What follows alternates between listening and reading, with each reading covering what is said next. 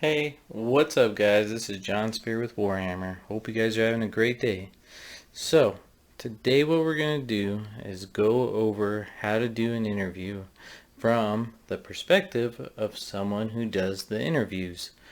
So, at my company, I do a lot of the interviewing process, and there are some key things that stand out to me, and I would like to share those things with you guys. So, maybe you guys can be better prepared in the future for such activities as doing an interview, whether you are an apprentice doing the interview for your first time for your first electrical job, or you're a seasoned journeyman trying to get a job at a new location in a new place. So we'll kind of just, filter it in as we go and go step by step. But just mind you, not every interview process is the same. These are my particular ones that I go through, and the things that stand out to me as one of the key members of my company. So, I just wanted to kind of let that know the things may be changed as far as how the interview process goes, but you can pretty much bet that this video right here is going to teach you either the basics or going to put you over the top. So first things first, can't go dressed like this, all right? So let's change into some decent clothes. So that's a little bit better. I'll go into this in a little bit more detail here in a little bit. However, I would like to kind of discuss what you should do before the interview. And there's a few different things. Because what you're trying to do in an interview is you got to imagine that, first of all, you're probably not the only one going through the interview. There's going to be multiple people on any given day trying to get into the same company. So you got to make sure that you as a person stand out, and how you stand out is really key to procuring a job with an electrical company, because it's different from every other type of business, because there's going to be certain questions that are asked of you that are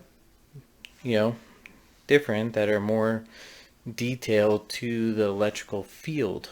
All right, so my first recommendation to stand out is do your research.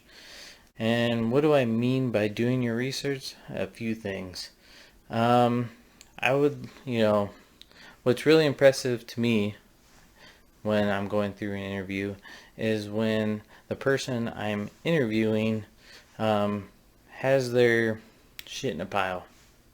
Best way to put it. They have a portfolio that has a few different key items. So number one is they have their tool list in front of them. So a tool list is every single tool that you have that's can be put in the back of your truck or car or whatever, and you have it on a full-blown list already. So it's a list that's basically in a Word document that says linesman, side cutters, my full handset, I got an impact drill, I got this, I got that, I got a pack out, this, and go through the list. So that's really good to have this entire list of your tools, because one, it shows that I'm prepared, and I'll go to work right goddamn now if I need to, and it lets the interviewer know that I have this, and per our tool list, he has 90% of these tools, or 80%, or whatever the case is. However, you have X amount of tools on our tool list, so hey, So this is what we kind of expect you to have after the fact. So it kind of lets you guide the interview process at that point, because he's starting to think, or she's starting to think that, all right, like, so if we do bring this guy on board, he's going to need to bring, an impact and a sawzall. And really, that's it, So 2 paychecks in, he's good to go. Boom, boom, boom.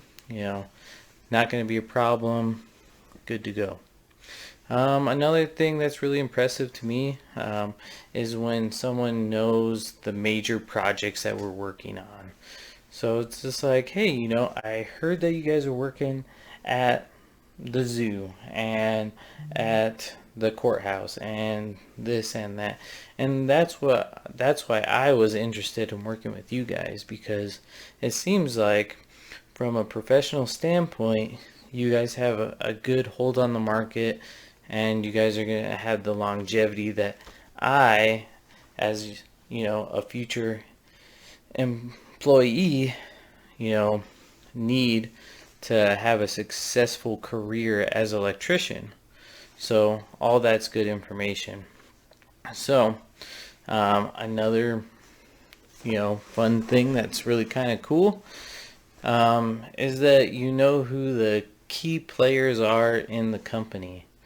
You know who the vice president is, you know who the president is, the couple project managers, the couple foremen, whoever the case is, but a few people in the company base, and you can do this research on the internet, because most companies that you're going to be applying to have a website that will list out the key players in that particular organization. So it's good to know who the owner is, because it's just something that shows that, one, about us, what kind of projects we're working on, the key players of this company. That that to me shows that you really put the time and effort into knowing these particular things. And it's always really impressive. And if the company has a mission statement, that's always good to know on the front end too. You'll be asked, let's see, let's go into portfolios. So what should be in your portfolio? In your portfolio, which is basically essentially just a folder of information about you, what should be in this particular folder? In my opinion, you should have your resume. It should be a throwdown resume, hands down, regardless of if you were trying to join the apprenticeship, or if you're a key level journeyman, foreman, superintendent, whatever the case is, it's got to be a throwdown interview. I will show you guys an example of a resume right here, just in a second. So if you have any letters of recommendations from your past employers, that's really cool. Pictures of your previous work is always cool, like of pipe work, of junction boxes. It's good to kind of keep a running picture type of thing that you can print out and put into a folder and say, hey, this is the level of work that I do as an electrician, as a journeyman, as an apprentice, as whatever. This is my level right here. That really helps out to visually see what you are capable of. It makes the decision a lot easier as the interviewer. Your tool list should be in there. A list of any community service stuff that you have accomplished and or done, and then it's really helpful when you do like something like Habitats for Humanity, right? Like, if you want to learn the trade and have a little bit of background experience as before you get into the trade and see how it is, Habitats for Humanity is a really good little thing to kind of jump into. You know, so this is all just getting started, basically, in a nutshell. So I'm going to try to do something real quick with the computer to show you guys the resume. So this is your typical throwdown resume. So just kind of going over it. This should be like, you should have your information up, and you can find this particular setup in Word, and you just type in resume when you do like a new document, and like this particular one will pop up, and it looks professional, and you just really fill in the blanks. So it's super simple to use and super handy, and you know, it gives you all the information that you would need in this particular thing. So just kind of going through it, your top letters should be your name. So I just kind of threw this together for you guys. So, you know, in this particular case it's Warhammer, but it would be your full name. John Spear. My address is blah blah blah, Albuquerque, New Mexico. Here's the best number to reach you on. I can't explain how many times people give you the wrong phone number, an old number, and then an email address, you know, that we can reach you if the company is more technically savvy than, you know, whatever, you know. But most union companies will are tech savvy nowadays and will email you versus call you at this point, you know, giving you like a notice to come in. So make sure that your email is something that you regularly check, you know. So you want to make sure that you have notifications on the on position that you can have access to that email, because most employers nowadays will email you versus call you, because that's just the way the world's kind of working at the current moment. So in this particular little case right here, you're going to notice that it's experience, and you want that on the top. You want experience on the top. So where have you been working at, you know? And a cool little keynote to do in this particular case is, like, let's say you were you worked at a company and you were just a journeyman, and then they promoted you to a foreman and then a superintendent. Okay, just like a simple one-off type of thing. So let's say from 2008 to 2012 you were an apprentice, which is the standard 4-year deal, and then from 2012 to 2013 you were a journeyman. 13 to 14 or 13 to 15 you were a foreman, and then 15 to now you've been a superintendent. So you would put every single one of those things on the list to show the interviewer, the employer, whatever the case is, that, hey, look, I've been super successful. I've been put into leadership positions. You know, it took me a year to get acclimated to this business, and I got foreman status at my last company. I ran a crew of, you know, X amount, and, you know, it was this size of project. You know, so you would put all that information right here, you know. And then for, you know, your previous jobs, you'd go through there, your standard education, what trade school you're going to, etc., etc. It's nothing crazy. Your skills would be, you know, anything that you feel like that you are proficient in that is relevant to being an electrician. So if you're an apprentice, but you did, you know, some kind of sheetrocking, you have background in power tools, you'd put that in there, that I'm proficient in power tools.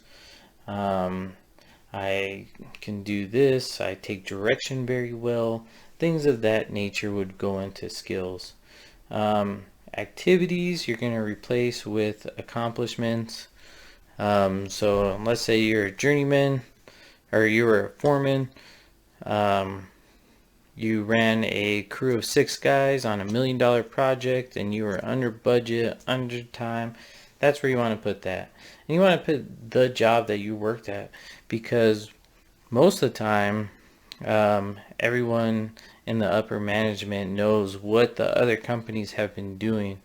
So if you say you worked for Best Electric, let's just say, and you guys did the zoo project and you were the foreman of that, it's easy for the person to be like, oh yeah, I know that project. That was like, whatever. And, it was a $2 million project and we got it done 6 weeks on time, no hiccups, and blah, blah, blah, blah, blah, all that little stuff. And what I did is, essentially I would do that. I'll give a brief description of the job, like, hey, this was a movie theater, this, and I project managed it, and this, and this. Hey, this was a military base, we had to go through protocol, blah, blah, blah, blah, blah. This one, was, a school that we did, and, so it shows your experience level, what type of work you can do, what type of environments that you have been in personally. So that's what you're going to want to do in that section. So we'll pause this again. So now the day's here. The day that you're going to be doing the interview. Alright? So one prep thing to do before you even leave the house is make sure you look decent. Don't come in with a t-shirt, that says, any type of band or anything like that. You want to be professional. You want to present yourself as a professional that is looking for a career, not a job. So looking for a career is different than looking for a job. If you want to look for a job, you show up with, your dirty pants, flip-flops, and a t-shirt. If you're looking for a career, you dress like this. You have a button-up shirt, you tuck it in, you have a belt on, watch, things of that nature. You want to look like this is the standard professional, construction worker. Jeans, belt, button-up. That is a professional electrician at its best. And you don't need a tie. The tie is a little bit overkill in the construction world. So you don't need a tie. You just kind of need a button-up. It needs to look good. You need to look good. You need to do your hair. Shave up. Get cleaned up. Act like you want the job. That is basically an essential part of it. Because first impressions are everything. If you don't hold yourself to a high standard from the get-go, I can tell you right now, it's a black eye right off the bat. This guy does not look professional. He does not look like he gives a shit. Does not look good. I'm just going to be honest.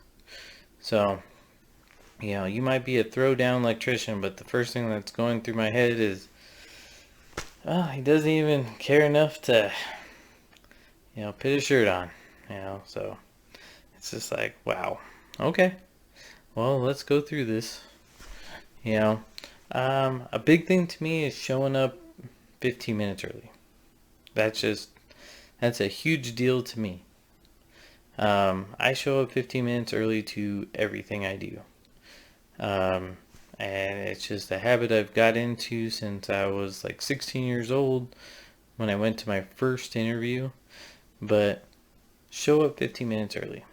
Um, One, you never know. You might run into traffic, you might get whatever. Nothing worse than calling the interviewer and being like, hey, I'm going to be late to the first thing I'm supposed to be on time to. You know, what kind of message is that sending? It's not a good one. So show up 15 minutes early. It'll, that'll be the first thing. Don't show up a half an hour early because the guy's probably got stuff to do. But like 15 minutes before an interview, the interviewer is probably ready for you. He's good to go for the most part. And he's ready for you, and he's writing down his questions that he needs to ask you based off the resume that you sent in. And, so he's ready. So if you come in 15 minutes early, it shows that you care, shows that you're attentive, that, your vehicle situation is not a problem. Your attention to detail as far as the time is not going to be a problem. It's two really good things right off the bat. So that is, just showing up early, looking nice.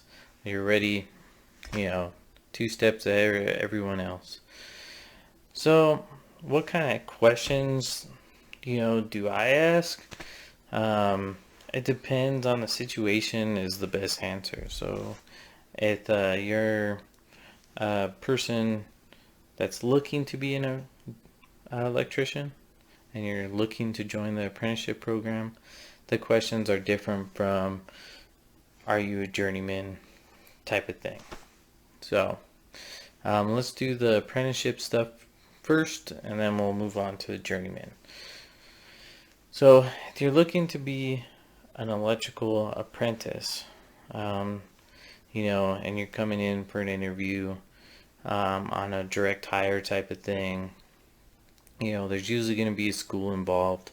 So first question is going to be like, hey, have you signed up with our local IEC, ABC, things like that? Have you took the altitude test? Have you got your tools? Things like that.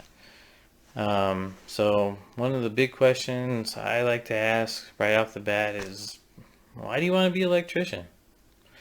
And then I just kind of sit there and listen and see what they have to say. If they say that it looks like, a challenging environment that, I'll excel in, I've always been interested in being an electrician, family members, electrician, things like that. That's just, little things about yourself that you can kind of pinpoint as an interviewer, that, kind of stick out to you. It's a family trait. It's a dream of mine. It's this, it's that. It's what I was thinking about. I don't want to be a plumber. That's all that's good stuff. And then another question I'll ask is, do you have any tools? And then if you do, what kind of tools do you got? Do you have the standard, just this, the screwdriver, channel locks, things like that? Or do you have a more detailed list? Have you done your research to see what type of tools that you're going to be needing, and you've accumulated those tools throughout a period of time with your past job? Things like that. Let's see. So, do you have reliable transportation? It's important to know, because some guys don't, and it's good to know that you might be having to hitch a ride from someone, or whatever the case is, whatever your situation is. It's good to know that up front. Another thing is, can you travel? In the electrical field, you tend to go different places, usually around your own state, but some companies will take you, like if you live in the desert, you're going east, you're going west, going north, going south. You're going wherever. You might be jumping states. Just depends on the situation. But that, you'll find in your research, when you are looking for particular potential companies that you want to work for. So, if that's something that you're into, that's one thing. If it's not something you're into, that's why it's important to do your research with the type of company that you want to work with. Because you might be joining a crew that bounces around from place to place to place to place. You might be joining a crew that stays on one place at a time, big jobs. You might be on a place that is going to send you to the middle of nowhere, and all that truly depends on the type of company that you plan on working with, because there's work everywhere, and it's good to know what you're getting yourself into, and you'll know that based off the website of the company that you're trying to work with, what type of work that they do and that they are proud of doing. So just another key thing for doing your research. So that is going to be the apprenticeship side of things. The journeyman side of things is, show me your tool list. What have you done? What jobs have you worked on? Why'd you leave your other company? These are all the questions that are going to pop up for you. Can you travel? Do you have a clean record? Can you get onto base? Can you do this? It's a lot more detail oriented type of situation for a journeyman. That's going to be more specifically driven versus broad, which would be an apprentice, because you're just trying to hone in what this guy can do versus the detail oriented version of that. So you are going to be expected to answer these questions right off the bat. So I would make a list of things that maybe you, one, can I travel? Two, what type of tools I have? Make a list. Do I have any letters of recommendation from my previous employer? If you do, whip those out. Put them in your portfolio. Do you have any evidence of your jobs that you've done? What type of work do you do? Take pictures of your work that you're doing now. What type of pipe work? What type of wiring that you do in a box? These are the things that, like, if the company's really proud of what they can do, you want to show them that you are part of that job and you're part of this dream, and the teamwork makes the dream work type of thing. So, and another thing for you is showing up early. Again, 15 minutes early. Show up. Most people get freaking nervous, man, and being nervous, 15 minutes will get you calmed down, get you in the right state of mind, and good to go, so just, that's it. So, in turn, these were my tips for doing an interview as an electrician. I would like to personally thank you guys for watching this. If you made it through the entire video, means a lot to me. I would also like to say, down below we got links that you can check out. One's going to be the drum, which is going to send you on a Warhammer journey through Instagram, TikTok, YouTube, Facebook, all the social media platforms that you can think of. And then we also got an Amazon, which has a bunch of cool tools that I have personally reviewed, I have checked out, I love them, it's all good. So make sure you check those two links down below and see what you guys got. Make sure you like and subscribe down below. Warhammer is putting out videos on the daily, guys. Stay informed, stay professional, burn the ships. Warhammer. Have a good day, guys.